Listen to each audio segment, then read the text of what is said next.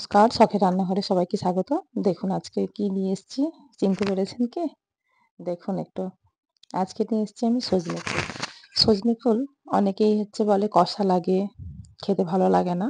তো আমার প্রসেসটা একটু অন্যরকম ভাবে বানাচ্ছি। আপনারা আমার সঙ্গে থাকুন, পুরো ভিডিওটা না টেনে দেখুন, তাহলেই বুঝতে পারবেন রান্নাটা একটুও তরকারিটা কষা ভাব বা কোনো তিতকুটে ভাব অনেকেই বলেন যে খেতে পারি না, ভালো লাগে না, ছোটরাও খেতে পছন্দ করে না বাড়ির বাচ্চারা। তো আমার রান্না আপনারা প্রথম থেকে শেষ পর্যন্ত দেখুন, তাহলেই বুঝতে পারবেন যে কোনো রকম তিতে কষা বা কিচ্ছুই লাগবে না। পুরোটা দেখুন, সঙ্গে থাকুন আমার। তো আমি প্রথমে একটা মশলা রেডি করলাম। ২ চামচ দিয়েছি সেখানে আমি সরষে আর ৩ চামচ দিয়েছি পোস্ত। তো ওটা একটা আমি মিহি পেস্ট বানিয়ে নেব। কড়াই বসিয়ে দিয়েছি, তাতে দিয়ে দিলাম রিফাইন অয়েল। আপনারা সরষের তেলও দিতে পারেন, যেটা খুশি আপনাদের। তো তেলটা গরম হয়ে গেল। তেলটা গরম হয়ে গেছে, এখানে আমি দিয়ে দিচ্ছি বড়ি। বড়িগুলো আমি একটু ভালো করে লালচে করে ভেজে নেব। লালচে করে ভেজে তুলে রেখে দেব। তো যেটা বলছিলাম, নিরামিষ একেবারে কিন্তু আমি সম্পূর্ণ নিরামিষ রান্না করব। আর কষা তেতো তো দূরে থাক, অপূর্ব টেস্ট হয় খেতে। মানে আপনারা না দেখলে বিশ্বাসই করবেন না। রান্নাটা আমি যেভাবে করছি পুরোটাই দেখুন এবং এইভাবেই বাড়িতে একবার করে দেখবেন। আর আশা করছি কোনো কষা তিতে কিচ্ছু লাগবে না তেতো। তো দেখতে থাকুন। আমার বড়ি ভাজা হয়ে গেছে, তুলে রেখে দিলাম। কড়াইতে দিয়ে দিলাম সর্ষের তেল। গরম হয়ে যেতেই আমি দিয়ে দিলাম ফুলগুলো, সজনের যে ফুল। তো কুঁড়িও আছে আর ফুটে গেছে এরকম ফুলও আছে। তো ভালোভাবে আমি ধুয়ে পরিষ্কার করে জল ঝরিয়ে রেখে দিয়েছিলাম। দিয়ে দিচ্ছি এখানে হলুদ। হলুদটা কিন্তু অবশ্যই দিয়ে ভাজবেন। নুন কিন্তু দেবেন না। নুন দিলে কিন্তু ভাজাটাও ভালো হয় না। আর হলুদটা দিলে কি হয়, এখানে পোকা-টোকা তো আমরা অনেক বেছেই করি। তবুও যদি থাকে তো আর এই যে তিতে বা কষা ভাবটা এটাও কিন্তু চলে যায় হলুদটা দিয়ে ভাজলে। তো দেখুন ভাজা হয়ে গেছে। তো রেখে দিয়েছি। কড়াইতে দিয়ে দিলাম সরষের তেল। আমি আলু দিয়ে বড়ি দিয়ে বানাবো। তার জন্য বড়িটা আগেই ভেজে রেখেছিলাম। এখন আমি কড়াইতে দিয়ে দিলাম আলু। ছোট, ছোট পোস্তুর মতো যেভাবে আমরা আলু কাটি সেভাবে কেটে তার উপরে দিয়ে দিলাম পরিমাণ মতো নুন। নুন কিন্তু আমি সজনে ফুল ভাজার সময় দিইনি। এখনই দিলাম এটা পরিমাণ মতো। তো দেখুন এটা চাপা দিয়ে কিছুক্ষণ আমি ভালো করে কষিয়ে নেব আলুটাকে। সেদ্ধও হয়ে যাবে আর ভাজাও হয়ে যাবে। আপনারা আমার চ্যানেলে যদি নতুন বন্ধু হয়ে থাকেন, অবশ্যই আমার চ্যানেলটিকে সাবস্ক্রাইব করবেন, পাশে থাকবেন।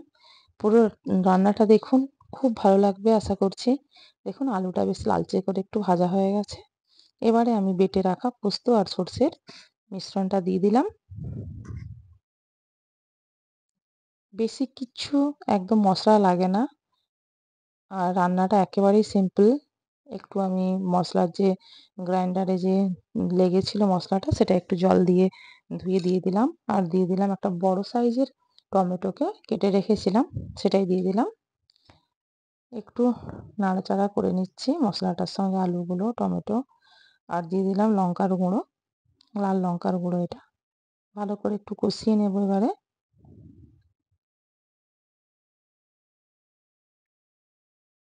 রান্নাটা দেখুন কোনো পেঁয়াজ ছাড়াই একেবারেই সম্পূর্ণ নিরামিষ। অথচ সজনে ফুলের রান্না একটু কষা বা তেতো ভাব কিচ্ছু ছিল না। এত সুন্দর টেস্টি হয়েছিল রান্নাটা। আপনারা এইভাবে আমি যেভাবে প্রথমে প্রসেস দেখালাম ওইভাবেই বানাবেন। আর দেখুন এবারে ফুলটাও দিয়ে দিলাম। এবারে ভালো করে একটু কষিয়ে নিচ্ছি। ২-১ টা ছোট্ট, ছোট্ট এইটুকু সরু আম ডাঁটা হয়েছিল সেটাতেও আমি দিয়ে দিয়েছি পোস্তুর সঙ্গে। ২-১ টা আছে এটা। তো ভালো করে এবারে পোস্ত, আলু, টমেটো, মসলা সবকিছু আর ফুলটা দিয়ে ভালো করে একটু নাড়াচাড়া করে কষিয়ে নিলাম। এবারে দিয়ে দেব পরিমাণ মতো মসলা ধোয়া জলটা দিলাম। প্রথমে পোস্ত যে বেটেছিলাম পোস্ত সরষে, তারপরে আরেকটু সামান্য পরিমাণ দিয়ে দেবো আমি জল। খুব বেশি জলের এখানে প্রয়োজন নেই। আর ওপর থেকে কেটে রেখেছিলাম কয়েকটা কাঁচা লঙ্কা, তো সেটাই আমি দিয়ে দিলাম। একটু চাপা দিয়ে আমি কিছুক্ষণ রান্নাটা করে নেব হালকাভাবে। খুব বেশিক্ষণও চাপা দেব না। ৩-৪ মিনিট মতো আমি চাপা দিয়েছিলাম।